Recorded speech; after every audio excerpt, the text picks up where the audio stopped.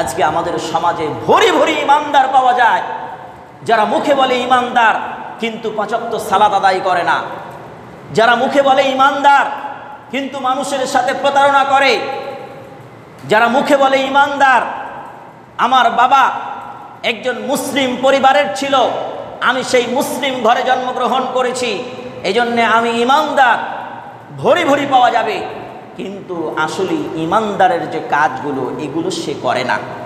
আমরা যারা ইমানদার, আমরা যারা ঈমান এনেছি, শুধুমাত্র ঈমান মুখে দাবি করলেই হবে না।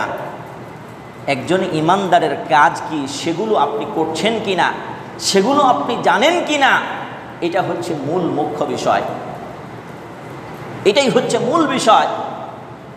দুঃখজনক হলেও সত্য, আজকে আমাদের সমাজে ভরি ভরি ইমানদার পাওয়া যায়, যারা মুখে বলে ইমানদার কিন্তু 5 ওয়াক্ত সালাত আদায় করে না, যারা মুখে বলে ইমানদার কিন্তু মানুষের সাথে প্রতারণা করে, যারা মুখে বলে ইমানদার। আমার বাবা একজন মুসলিম পরিবারের ছিল, আমি সেই মুসলিম ঘরে জন্মগ্রহণ করেছি, এজন্য আমি ইমানদার, ভরি ভরি পাওয়া যাবে, কিন্তু আসলে ইমানদারের যে কাজগুলো এগুলো সে করে না, এগুলো সে করে না। অথবা ইমানদারের কাজগুলো কি এগুলো সে জানে না। একজন অটো চালককে যদি আপনি জিজ্ঞাসা করেন, তোমার প্রতিদিনের রুটিনটা কি বলো তো, প্রতিদিন তোমার কাজটা কি, সে কি বলবে?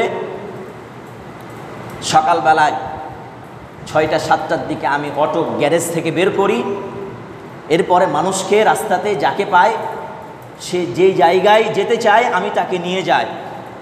আবার রাত্রি যখন 10টা-11টা বেজে যায় তখন সেই অটোটা কিন্তু বাড়ির সামনে রেখে দেয় না, বা বাড়িতে ভরে রেখে দেয় না। কি করে? বাড়িতে রাখলেও সে চার্জ দিয়ে রাখে, চার্জার যারা অটো চালায় সে চার্জ দিয়ে রাখে, মানে সে জানে আমি যদি আমার অটোটাকে চার্জ না দিই তাহলে আগামীকাল আমি এই অটো নিয়ে বের হতে পারবো না। একজন দোকানদারকে যদি আপনি বলেন তোমার কাজ কি, সে বলে দিবে সকাল 7টা, 8টা, 9টা, 10টার দিকে আমি দোকান খুলব, এরপরে 9টা, 10টা রাত্রি পর্যন্ত আমার দোকান খুলে থাকবো, আমার যা যা কাস্টমার আসবে আমি তাকে দেব। একজন চাকরিজীবীকে যদি বলেন তোমার প্রতিদিনের কাজ কি, সে বলে দেবে।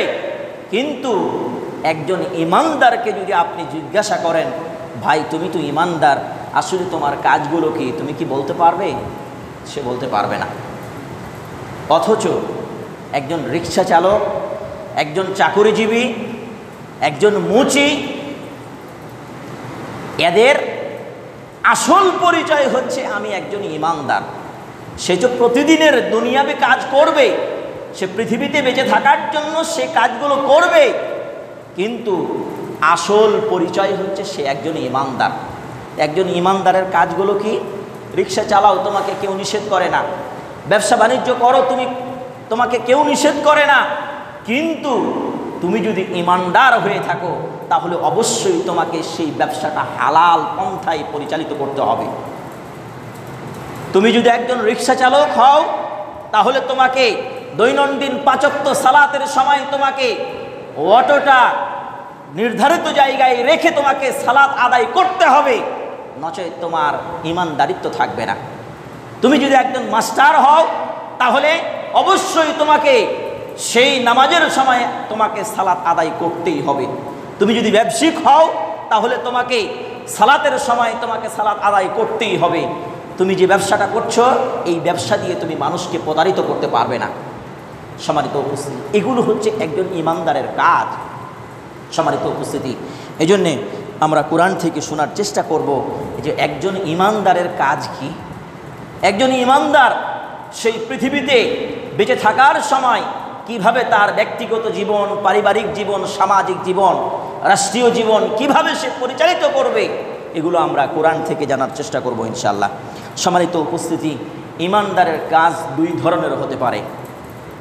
ইমানদারের কাজ 2 ধরনের হতে পারে। এক হচ্ছে কিছু করণীয়, আর দ্বিতীয়ত হচ্ছে কিছু বর্জনীয়। সবই আপনি করবেন, সবই আপনি করবেন, কিছু কি বর্জন করবেন না, এটা হতে পারে না। কারণ কাজ ভালোও থাকতে পারে, আবার মন্দও থাকতে পারে। আপনি ইমানদার, আপনি ভালো কাজগুলোও করছেন, মন্দ কাজগুলোও করছেন, তার মানে আপনি প্রকৃত ইমানদার নন। এই জন্যে যেগুলো আল্লাহ সুবহানাহু ওয়া তাআলা আপনাকে করতে বলেছেন সেগুলো আপনি করবেন। আর দ্বিতীয় হচ্ছে, যেগুলো আল্লাহ সুবহানাহু ওয়া তাআলা নিষেধ করেছেন সেগুলো আপনি বর্জন করবেন। তো একজন ইমানদারের কাজ দুই ধরনের হতে পারে, এক হচ্ছে করণীয় আর দুই হচ্ছে বর্জনীয়। তা আমরা সূরা মাইদার 90 এবং 91 নম্বর আয়াতে আল্লাহ সুবহানাহু ওয়া তাআলা একজন ইমানদারের কিছু বর্জনীয় দিক তুলে ধরছেন। একজন ইমানদার সে এই কাজগুলো কোশ্চিন কালেও করতে পারবে না, যদি করে তাহলে তাকে বিরত থাকতে হবে, আল্লাহর কাছে তওবা করতে হবে। সে বিষয়গুলো কি আল্লাহ সুবহানাহু ওয়া তাআলা বলছেন, ইয়া আইয়ুহাল্লাযীনা আমানু ইন্নামাল খামরু ওয়াল মাইসিরু ওয়াল আনসাবু ওয়াল আজলাম রিজসুম মিন আমালিশ শাইতান ফাজতানিবুহু লাআল্লাকুম তুফলিহুন। আল্লাহ রাব্বুল আলামিন সকল ইমানদারদেরকে আহ্বান করে বলছেন, ইয়া আইয়ুহাল্লাযীনা আমানু, ওহে যারা ঈমান এনেছো, যারা তোমরা আল্লাহর প্রতি বিশ্বাস স্থাপন করেছো, ইসলামের প্রতি বিশ্বাস স্থাপন করেছো, সকল ইমানদারদেরকে আহ্বান করে বলছেন, ইন্নামাল খামরু, নিশ্চয় মদ, ইন্নামাল খামরু, নিশ্চয় মদ, ওয়াল মাইসিরু, এবং জুয়া, ওয়াল আনসাবু, মূর্তি পূজা, ওয়াল আজলামু, ভাগ্য নির্ধারণ করা, রিজসুম মিন আমালিশ শাইতান, এগুলো হচ্ছে প্রত্যেকটা শয়তানের কাজ, এগুলো প্রত্যেকটা নিষিদ্ধ কাজ। ফাজতানিবুহু, সুতরাং এগুলো থেকে তোমরা নিজেকে বিরত রাখো, লাআল্লাকুম তুফলিহুন, যদি তোমরা সফলতা অর্জন করতে চাও, যদি তোমরা সফলতা পেতে চাও, তাহলে ফাজতানিবুহু, এই চারটা বিষয় থেকে নিজেকে বিরত রাখো। চারটা বিষয়, এক হচ্ছে আল খামর, মদ, ওয়াল মাইসির, জুয়া, ওয়াল আনসাব, মূর্তি পূজা, ওয়াল আজলাম, এবং ভাগ্য নির্ধারণ করা। এই চারটা কাজ কোশ্চিন কালেও একজন ইমানদার করতে পারে না। এই চারটা কাজ একজন ইমানদার কোনোদিনই এই চারটা কাজের সাথে জড়িয়ে যেতে পারে না। সম্মানিত উপস্থিতি, তো এক নম্বর হচ্ছে আল খামর, মদ। মদ মানে যত ধরনের নেশাদার দ্রব্য আছে, সমস্ত নেশাদার দ্রব্যকে রাসূলুল্লাহ সাল্লাল্লাহু আলাইহি ওয়াসাল্লাম বলছেন, কুল্লু মুসকিরিন খামর, প্রত্যেক নেশাদার দ্রব্যই হচ্ছে মদ। বিড়ি বলেন, সিগারেট বলেন, মদ বলেন, ইয়াবা, গাঁজা, ফেন্সিডিল, যত ধরনের নেশাদার দ্রব্য রয়েছে, জর্দা, গুল, এই যে এই সমস্ত নেশাদার দ্রব্য, এগুলো প্রত্যেকটাই মদের সাথে সম্পৃক্ত, এগুলো প্রত্যেকটা মদের অন্তর্ভুক্ত। সুতরাং আপনি এই সমস্ত জিনিসগুলোর সাথে যদি আপনি জড়িয়ে থাকেন আর যদি ইমানদার দাবি করেন, তাহলে অবশ্যই আপনার উচিত হচ্ছে এই সমস্ত বিষয়গুলো থেকে নিজেকে বিরত রাখা। কারণ এগুলো একজন ইমানদার কোশ্চিনকালেও করতে পারে না। দুই নম্বর হচ্ছে ওয়াল মাইসির, জুয়া।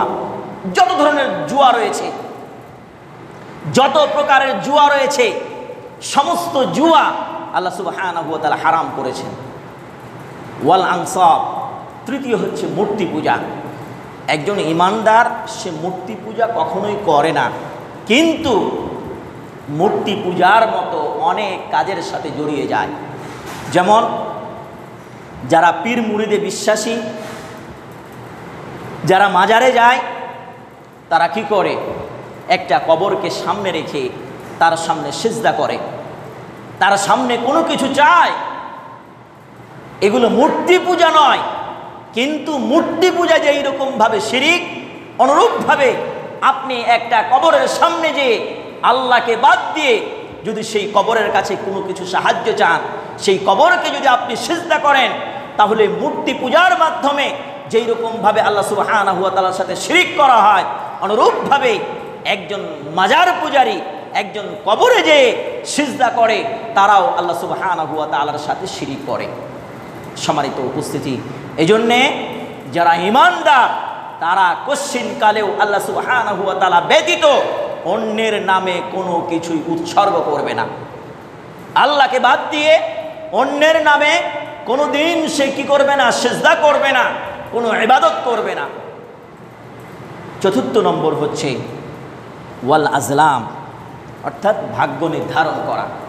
অনেক সময় ঢাকা শহরের মোড়ে মোড়ে কিছু গণক বসে থাকে, পাখি নিয়ে ভাগ্য নির্ধারণ করার নামে তারা বসে থাকে।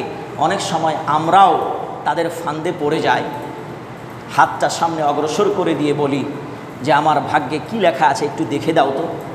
এই যে এটা হচ্ছে ভাগ্য নির্ধারণ করা, এটা হচ্ছে ভাগ্য গণনা করা। সুতরাং একজন ঈমানদার সে কশ্চিনকালেও ভাগ্য গণনা করতে যাবে না, কারণ ভাগ্যের মালিক হচ্ছে আল্লাহ সুবহানাহু ওয়া তাআলা। ভাগ্য সম্পর্কে শুধুমাত্র একমাত্র জানেন তিনি হচ্ছেন আল্লাহ সুবহানাহু ওয়া তাআলা। সম্মানিত উপস্থিতি, আলোচনা করছিলাম যে একজন ঈমানদারকে আল্লাহ সুবহানাহু ওয়া তাআলা এই চারটা কাজ থেকে বিরত থাকতে বলেছেন। এক হচ্ছে মদ, দুই হচ্ছে জুয়া, তিন হচ্ছে মূর্তি পূজা করা, আর চার হচ্ছে ভাগ্য গণনা করা। এই চারটা বিষয় থেকে অবশ্যই আমরা নিজেকে বিরত থাকার চেষ্টা করব।